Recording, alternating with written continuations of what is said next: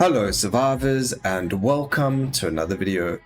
In today's video we are going to look at some hidden tech with the Houndmaster that not everybody knows. Now how this works is if you have the Houndmaster, the dogs, the Ascension, or even before that he always has dogs around, but in his Ascension or in his skill tree you are able to get more dogs than usual. You can get more companions. I believe there was one that increased the amount of dogs you got somewhere. Let's just have a look over here. I'm so sure there was one. There we go, increase the number of companions by 1, so you actually get 2 extra dogs in the skill tree. There's one there and there's one up here at the top, which means that you actually get more dogs than if you didn't have the Ascension or his skill tree unlocked. So firstly, you do want to do this when you have that because it's going to make it a lot easier. But the next thing is the hidden feature with the Houndmaster is actually that his first weapon dog it kind of has a mechanic to it where if the dog attacks an enemy, it actually applies a wound. Now if you played the game before Monkey King was released, you would have known there was a passive called exposed weakness.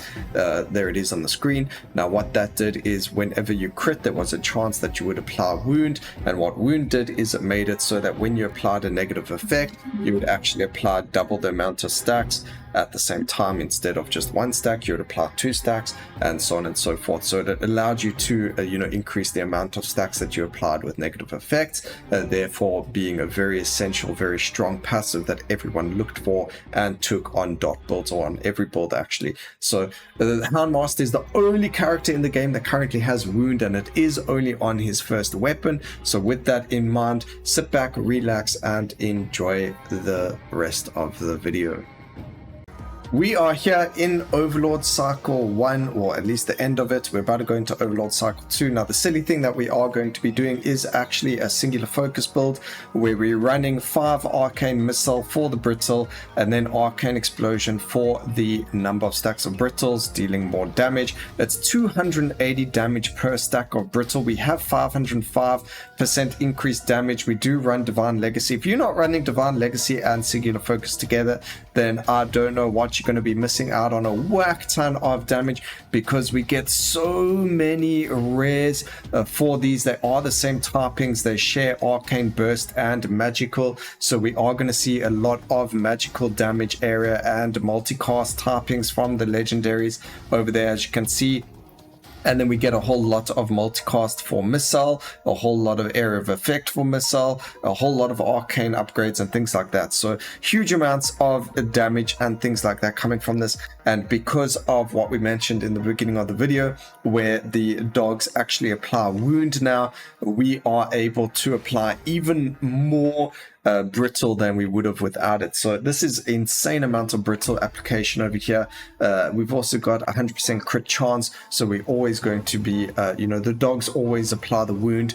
Previously when you used exposed weakness, you did have to crit for it to occur, but now we've got it, and you can just see how insane it is. We've got a lot of Arcane Explosion going off because of the multicast chance, but that's okay. It's really not the end of the world. If you don't like that little bit of flashing light, you can always just turn off the visibility. This is on max visibility, by the way.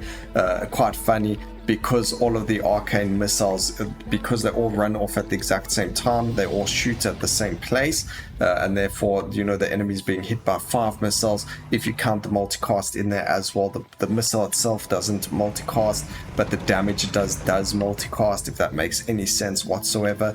So this is like quite a hidden gem of a build that I don't think a lot of people have messed around with, especially taking something like this onto the Houndmaster. I think any elemental build or dot build or a stacking build can be super strong on the Houndmaster because of the dogs and the wound application that they apply. It does only happen on his first weapon though. The other dogs do apply different things, so do remember that. A little bit of a hidden trick there for everyone. Alright, we have 25 levels already. I don't know, we can just put them onto whatever. It really doesn't matter at this point. We have so much damage happening that it really doesn't even matter what we put in everywhere.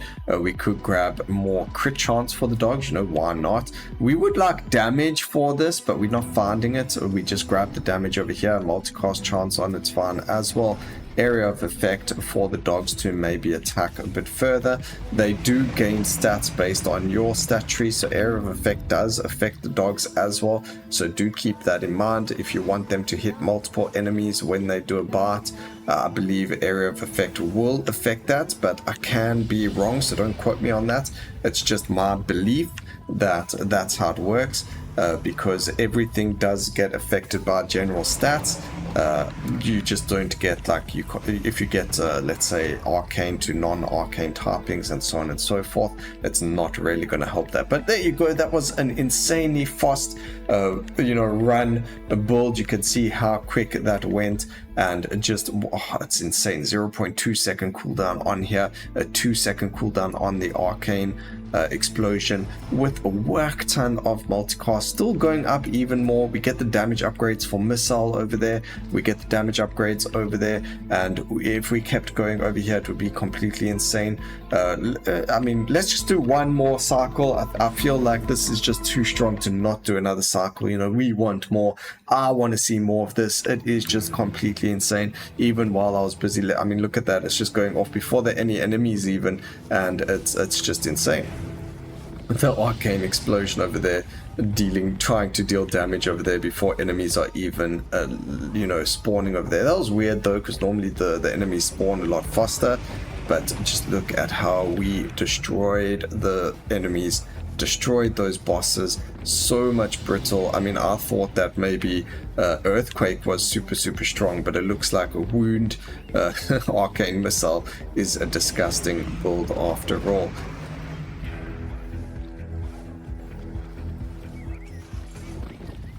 All right.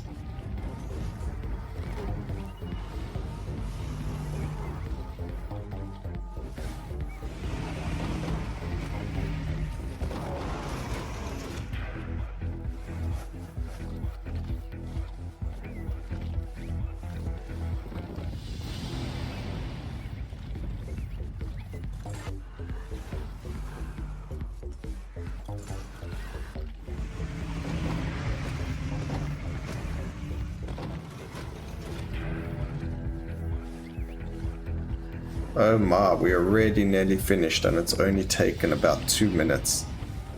Not even. I think it's been a minute and a half. Who needs defenses when you have this offense? I mean, we still have 25 levels we could put into our... There's another legendary upgrade and more. So 26 levels there. We didn't even need to upgrade anything. It is just a disgusting build. Ladies and gentlemen, I hope you enjoyed this build. Let me know how it performed for you. We're not going to push it a little bit further. There's no need to. You can see already how strong it is, and just the amount of damage it's doing over there. Its effective damage is the same as total damage because of just the way it works, and because there are so many of them and they apply brittle, but we don't even need to worry about the arcane explosion. Maybe even just running 6 arcane missiles is even better than running an arcane explosion, but I thought it'd be interesting to see if this could perform well, but it doesn't look like it does. But maybe when you hit like Overlord 9, it will do. So let me know what you guys thought about this. Please remember to like, comment, and subscribe if you enjoyed the video. And always remember, keep safe, survivors. Until next time, cheers.